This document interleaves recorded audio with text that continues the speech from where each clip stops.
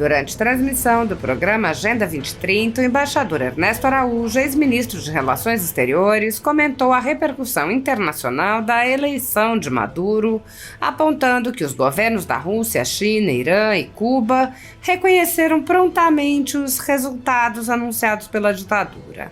O embaixador alertou: através do Maduro, você tem duas superpotências totalitárias, agressivas, com um plano hegemônico instaladas no meio das Américas, fazendo fronteira com o Brasil. Ele questionou o que ocorreria se Maduro permitisse, por exemplo, a instalação de uma arma nuclear naquele local. O embaixador disse: a gente está falando do eixo totalitário, mas até apontei para um outro problema ontem, a ONU. A ONU o que está fazendo? Nada.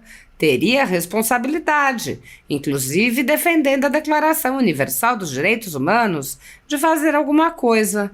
Araújo lembrou que a Declaração Universal dos Direitos Humanos é o documento mais fundamental do sistema multilateral da ONU. Ele lembrou que, enquanto a Carta das Nações Unidas é voltada aos Estados, a Declaração Universal dos Direitos Humanos diz respeito aos indivíduos. O embaixador citou: considerando ser essencial que os direitos humanos sejam protegidos pelo império da lei, para que o ser humano não seja compelido como último recurso à rebelião contra a tirania e a opressão. Ele explicou: o indivíduo tem o direito, como último recurso, à rebelião contra a tirania e a opressão. Quando? Quando os direitos humanos não são protegidos pelo império da lei. Tem império da lei na Venezuela? Não tem. Ernesto Araújo disse: todo mundo que assinou essa declaração deveria apoiar o povo venezuelano agora, e todo mundo que fala de direitos humanos deveria ler isso aqui e apoiar o povo venezuelano agora. O diplomata questionou: a ONU não está fazendo nada, esqueceram isso aqui. Por quê? Ele disse: nada é dito na ONU desde 1992 sobre democracia e liberdade. Nada é dito, nem nada é feito. Ao contrário, se torna um lugar onde os grandes totalitarismos do mundo são cada vez mais influentes, mais respeitados, mais atuantes. China, Rússia, Irã, Cuba. Então, a ONU se tornou a casa dos totalitários. Claro que não vai fazer nada contra a tirania da Venezuela, porque não faz nada contra a tirania da Rússia, da China, do Irã, etc. O diplomata explicou que, em paralelo com essa ONU dominada, existem outros órgãos do multilateralismo, como o Fórum de Davos, que agem em conjunto com os totalitarismos, promovendo o fim da liberdade humana individual.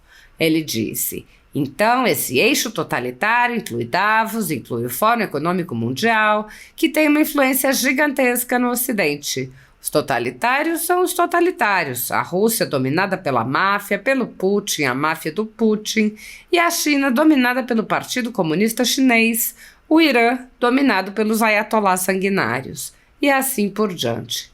E o Ocidente? O Ocidente dominado pelo Fórum Econômico Mundial.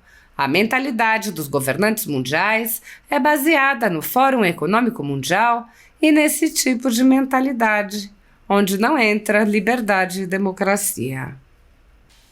A ditadura da toga segue firme. O Brasil tem hoje presos políticos, tribunais de exceção e jornais, parlamentares e influenciadores censurados.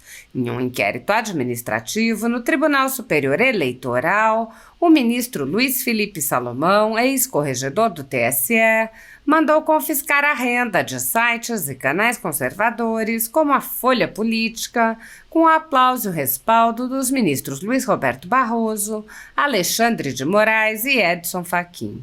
Todos os rendimentos de mais de 20 meses de trabalho do jornal estão sendo retidos sem justificativa jurídica. Anteriormente, a Folha Política teve sua sede invadida e todos os seus equipamentos apreendidos a mando do ministro Alexandre de Moraes. Mesmo assim, a equipe continuou trabalhando como sempre, de domingo a domingo, dia ou noite, para trazer informação sobre os três poderes e romper a espiral do silêncio imposta pela velha imprensa, levando informação de qualidade para todos os cidadãos e defendendo os valores, as pessoas e os fatos excluídos pelo mainstream, como o conservadorismo e as propostas de cidadãos e políticos de direita. Se você apoia o trabalho da Folha Política e pode ajudar a manter sua estrutura, cumprir seus compromissos financeiros e pagar seus colaboradores, doe qualquer valor à empresa Raposo Fernandes por meio do Pix, cujo QR Code está visível na tela, ou por meio do código ajude@folhapolitica.org. Caso não utilize Pix, há a opção de transferência bancária para a conta da empresa Raposo Fernandes, disponível na descrição deste vídeo e no comentário fixado no topo. Há mais de 10 anos, a Folha Política vem mostrando fatos da política brasileira, cobrindo eventos dos 3 poderes e dando voz a pessoas que o cartel midiático do país não quer mostrar. Pix ajude@folhapolitica.org. Assista. Você tem telhado de vidro, né? Você não consegue defender os seus valores como você deveria, né? Porque você agrediu esses valores lá atrás. Tem um filme francês que me ocorre agora. Se não me engano, se chama Le Château de ma Mère. É de um escritor da Provença, ali do sul da França, me esqueci o nome dele agora, o romance. É uma série de romances ali sobre a família ali da Provença, muito bonitos, muito poéticos. E foram feitos, acho que filmes sobre todos esses romances, pelo menos um deles se chama Le Château de ma Mère, que é o Castelo da Minha Mãe. Era uma família pobre, assim, de classe média, mais para pobre, e tanto o menino imaginava que a mãe dele tinha um castelo, na verdade era um castelo que existia lá, mas ele ficava imaginando que o castelo era da mãe e tal. E muito bacana. E tem um momento em que eles saem para passear sempre ali no interior, ali, aquele bonito ali na Provença, no sul da França. E eles sempre fazem um passeio, uma espécie de um piquenique, num lugar que fica a uma certa distância da casa deles, uns quilômetros, imagina. Mas eles descobriram que se eles cortarem caminho por dentro de uma propriedade de outra pessoa, eles conseguem chegar muito mais rápido nesse lugar do piquenique. Então eles passam a fazer isso.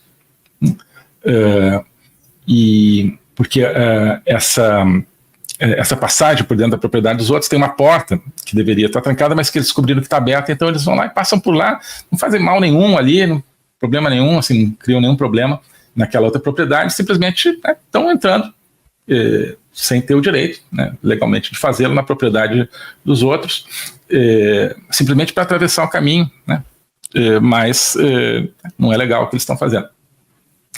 Aí num dia eles estão atravessando e a porta está trancada, e aí chega um fiscal lá dessa outra propriedade e fala: o que vocês estão fazendo aqui nessa propriedade? Né? Vocês não têm direito de estar aqui não, vocês estão invadindo propriedade e tal. E o pai, que é muito consciencioso, assim, a família, todos eles são gente boa, mas o pai fica super envergonhado, né? E ele não argumenta contra. Você realmente a gente está errado e tal. E ele comenta com a família, ele vê que ele não tem argumento, fala: "Qu'on est faible, qu'on en a tort", ou seja, o quão fraco a gente é quando a gente está errado. Me lembro muito disso sempre, dessa frase, "qu'on est faible, qu'on en a tort". A justiça te dá muita força. Quando você comete uma fraude, quando comete um erro, mesmo que seja pequeno, como no caso deles, você perde o argumento. Você perde o argumento da justiça. Basta ter o argumento da força. Né? Se tiver, mas se você for mais fraco, você não tem argumento nenhum. E o argumento forte mesmo é o argumento da justiça e não da força. Então, um pouco é isso o Biden hoje, né? "Qu'on est faible, qu'on en a tort". Biden está fraco, por outras razões também, né? Mas Biden está fraco diante da Venezuela, por quê?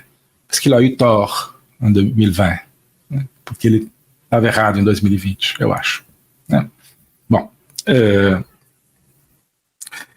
vamos ver aqui umas outras coisinhas que eu separei. Já estamos aqui com 1 hora e pouco, daqui a pouco vamos passar aqui para a nossa conversa. Mas, então, Elon Musk já comentei.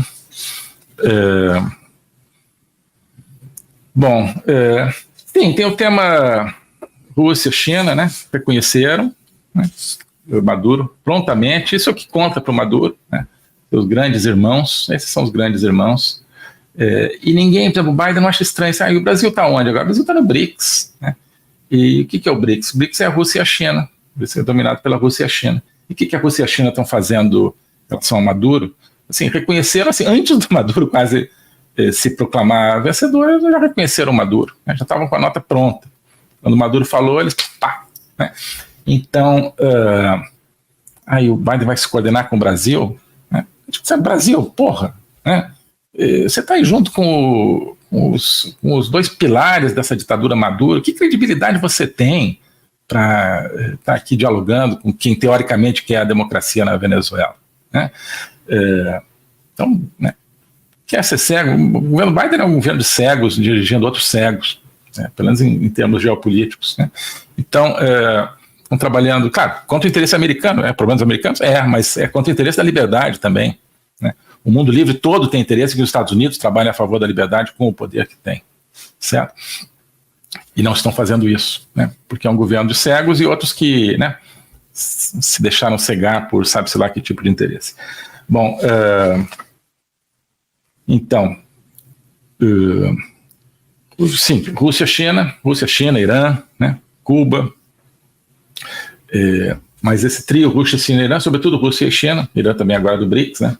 Então, esse núcleo aí operacional do BRICS, duas gigantescas potências, estão com a Venezuela, né?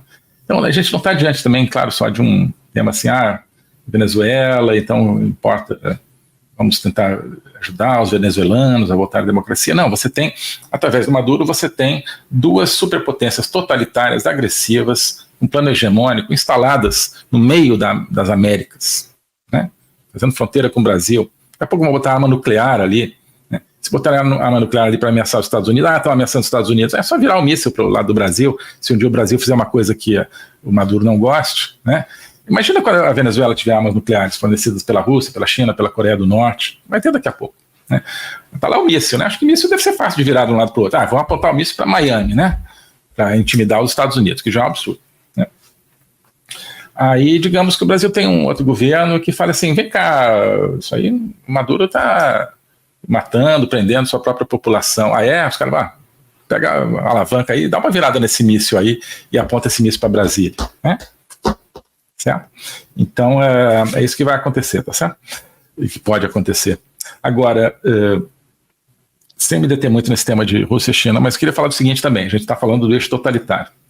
Mas até apontei para um outro problema ontem no tweet, agora vou desenvolver um pouco mais. ONU, né? A ONU, o que está fazendo? Nada, né? Teria a responsabilidade de, inclusive defendendo a Declaração Universal dos Direitos Humanos, fazer alguma coisa. Declaração Universal dos Direitos Humanos, acho que eu não li aqui para vocês não, né? Estava lendo no programa que eu estava lá. Eu vou só falar aqui para vocês. Ler uma coisa que eu cito muito, mas vou ler mais uma vez aqui. Declaração Universal dos Direitos Humanos é um documento mais fundamental que existe do chamado sistema multilateral da ONU, né? A Declaração Universal dos Direitos Humanos foi adotada e proclamada pela Assembleia Geral das Nações Unidas em 10 de dezembro de 1948, tá? É um dos dois grandes documentos fundacionais, né, de toda a estrutura da ONU, né? A Carta das Nações Unidas e a Declaração Universal dos Direitos Humanos. A Carta das Nações Unidas é sobre os Estados, né, para que os Estados não promovam a guerra uns com os outros. Basicamente é isso. E a Declaração dos Direitos Humanos é sobre as pessoas. Isso é extraordinário, né? Porque não são só os Estados que estão, né, que são interessados, digamos, num mundo de paz e liberdade, verdade. São as pessoas também, né?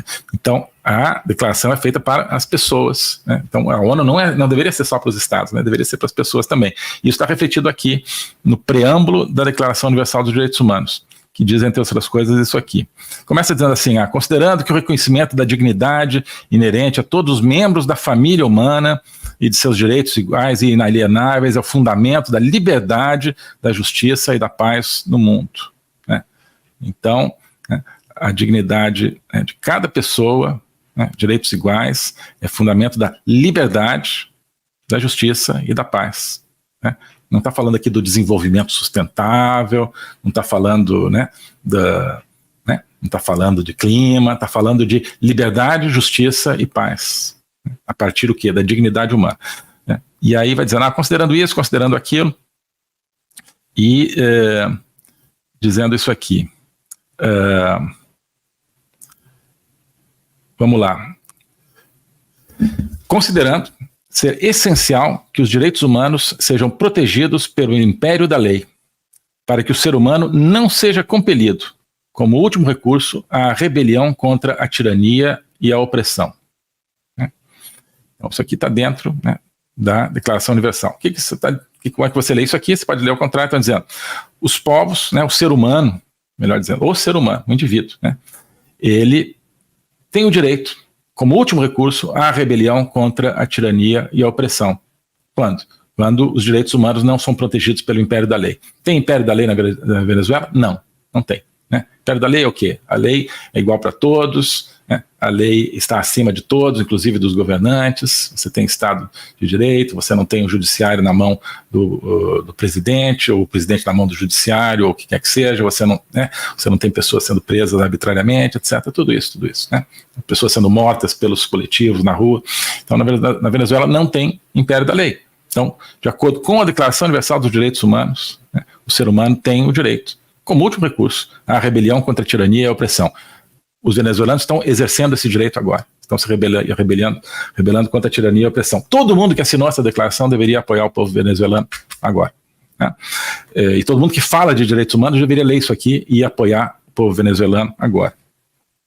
Mas enfim, então, estamos falando do seguinte, o ONU, né, não está fazendo nada, esqueceram isso aqui. Por quê? Porque a Agenda 2030, tudo que acontece na ONU, no âmbito da ONU desde o começo dos anos 90, muito por influxo da tentativa de recuperar, digamos, uma agenda socialista, tudo vai no sentido apenas de bens materiais, de clima, né, coisas que até são importantes se não forem tratadas cinicamente, claro, como acesso à água, acesso à saúde, tá bem. Mas nada é dito na ONU desde 1992 sobre democracia e liberdade. Nada é dito, nem nada é feito. Ao contrário, né, se torna um lugar onde os grandes totalitarismos do mundo são cada vez mais influentes, mais respeitados, mais atuantes. China, Rússia, Irã, Cuba. Né? Então, a ONU se torna uma casa dos totalitários. Claro que não vai fazer nada contra a tirania na Venezuela, porque não faz nada contra a tirania da China, da Rússia, do Irã, etc. Agora, existe outro aspecto, que não é o multilateralismo formal, que é o das Nações Unidas, que é o informal, o Fórum de Davos, esse tipo de coisa, o Great Reset, né? Aquilo que a gente chama globalismo não é só a estrutura formal das Nações Unidas, da maneira como, não as Nações Unidas, porque as Nações Unidas poderia ser um negócio ótimo se respeitassem essa declaração de direitos humanos e outras coisas, mas o jeito como elas são usadas e implementadas por influxo dos totalitários. Né? Mas além disso você tem toda essa nebulosa assim, de pessoas falando as coisas, o mundo, o governo global, enfim, a governança global, como eles chamam, né? Governança global não é o governo global, assim, o que é? Também é uma nebulosa, assim, precisamos nos unir para resolver os temas globais, assim, unir quem? Né? De que maneira? Bom, então você tem, por exemplo, tem outros instrumentos, um deles é o Fórum Econômico Mundial, que não é uma entidade oficial, é um pessoal lá que reúne em Davos alguns luminares aí da humanidade e fica emitindo declarações como se fossem alguma sumidade dizendo assim, tem que parar de comer carne, tem que se acostumar a não ter propriedade privada e esse tipo de coisa, né? Great Reset, o grande recomeço, né? Que é o grande fim da liberdade humana. Então, esse pessoal, né? Então vamos falar então um pouco como um núcleo disso, o Fórum Econômico Mundial de Davos, né? Então o tempo todo falando nova governança e transição energética, como falam o Biden e o Lula também, e como é que vai ser o mundo do futuro para que, né, a gente preserve o planeta e para que o quê, né? E para que não haja extremismo, né? Também são contra o que eles chamam de extremismo, né? Tolerância, esse tipo de coisa, promovem a imigração ilimitada, promovem o fim das soberanias nacionais e tudo isso, né? E liberdade, vem cá, é palavrão em Davos, né? É palavrão, eu vi isso quando eu estive lá, né? Falar em liberdade, você é um extremista, né? Liberdade. Vem cá, vamos usar esses fóruns internacionais aqui para promover a liberdade, a democracia verdadeira? Bora. o extremista e tal. É como você chegar no culto do diabo e você falar em Deus, tá? Falar em liberdade em Davos. Não querem saber. Então, esse eixo totalitário inclui Davos, inclui o Fórum Econômico Mundial, né, que tem uma influência gigantesca no Ocidente. Então, os totalitários são os totalitários, né? A Rússia dominada pela máfia, pelo Putin, né? A máfia do Putin, a China dominada pelo Partido Comunista Chinês, o Irã dominado pelos ayatollahs sanguinários, e assim por diante, né? E o Ocidente, né? O Ocidente dominado pelo Fórum Econômico Mundial, né? A mentalidade dos governantes mundiais baseada no Fórum Econômico Mundial e nesse tipo de mentalidade onde não entra liberdade e democracia. Alô a todos. Hoje eu gostaria de falar sobre o meu novo curso de Logopolítica, onde eu vou colocar a versão completa daquilo que eu tenho a ensinar sobre o globalismo. O globalismo nas suas múltiplas dimensões: geopolítica, econômica, social, cultural, filosófica, dimensões que só podem ser entendidas em conjunto, e que só podem ser entendidas em conjunto a partir de uma perspectiva logopolítica, ou seja, uma perspectiva do logos. Logos é a essência do ser humano, é a racionalidade, mas é também a linguagem e a capacidade de se comunicar e de sentir a transcendência. E essa essência do ser humano está ameaçada e por isso a gente precisa entendê-la numa perspectiva logopolítica, portanto política, ou seja, que tem a ver com a discussão do destino, com a luta pelo destino. Portanto, logopolítica diz respeito à luta e ao combate pelo futuro da humanidade, pela essência do ser humano, que está ameaçada justamente pelo globalismo. Ensinar isso, para mim, é uma missão que eu quero compartilhar com vocês. É uma aventura intelectual para a qual quero convidar vocês, uma aventura que é fundamental para que possamos participar da luta justamente por um mundo verdadeiro, por um mundo autêntico, por um mundo que preserve a essência do ser humano, um destino de uma humanidade livre, de uma humanidade aberta justamente ao Logos e a toda a sua complexidade. Nesse curso você vai entender esses grandes combates, quais são as ideias que estão por trás daquilo que ameaça essa essência do ser humano, as grandes ideias que estão se confrontando, quais são as ideias que precisam ser mobilizadas justamente para a defesa, para a preservação dessa nossa essência.